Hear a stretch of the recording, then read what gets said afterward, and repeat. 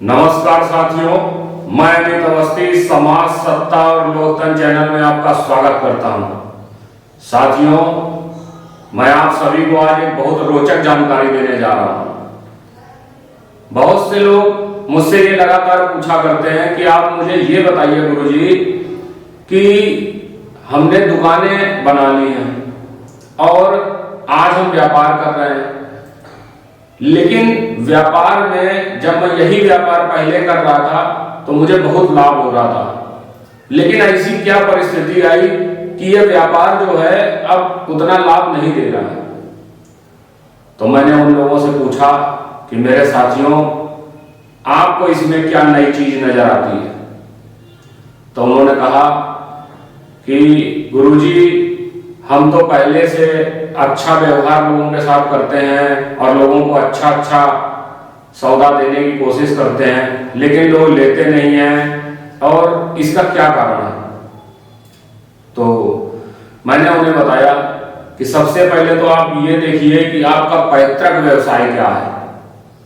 यदि आपका पैतृक व्यवसाय कोई और रहा है और आज आप कोई दूसरा व्यवसाय करना चाह रहे हैं, तो आपको उन परिस्थितियों पर भी ध्यान देना होगा, क्योंकि व्यवसाय इत्यादि जो हैं वो रोज रोज नहीं बदले जाते हैं।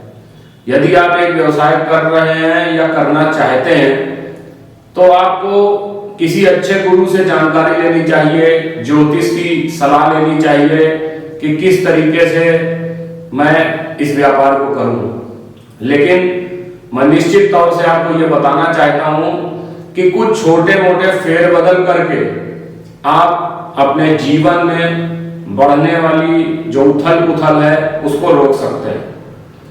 मैंने कई लोगों को केवल फोन द्वारा ही बता दिया कि यदि आपका ये व्यवसाय है और आप उस व्यवसाय में कोई अवरोध समझ रहे हैं तो आप किस प्रकार अपनी दुकान का मुख जो है वो बदल लें।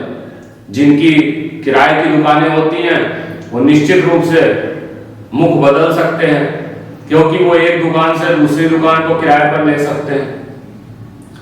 साथियों, सभी ग्रहों का अपना एक अलग प्रभाव है और वो सभी ग्रह हम सभी के ऊपर अपना प्रभाव डालते हैं।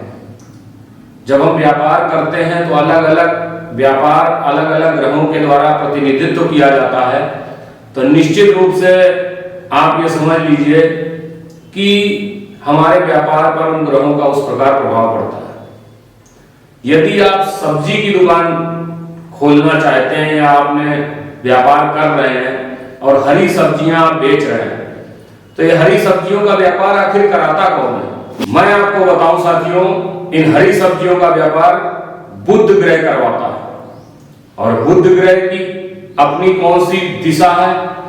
तो सभी को पता है कि बुध ग्रह जो है वो उत्तर दिशा का प्रतिनिधित्व करता है।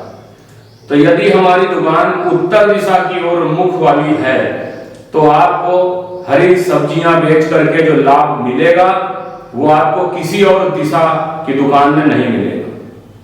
इसी प्रकार और कई एक ग्रह है। यदि आपका होटल से संबंधित व्यवसाय है तो दक्षिण मुख मंगल का मुख कहलाता है।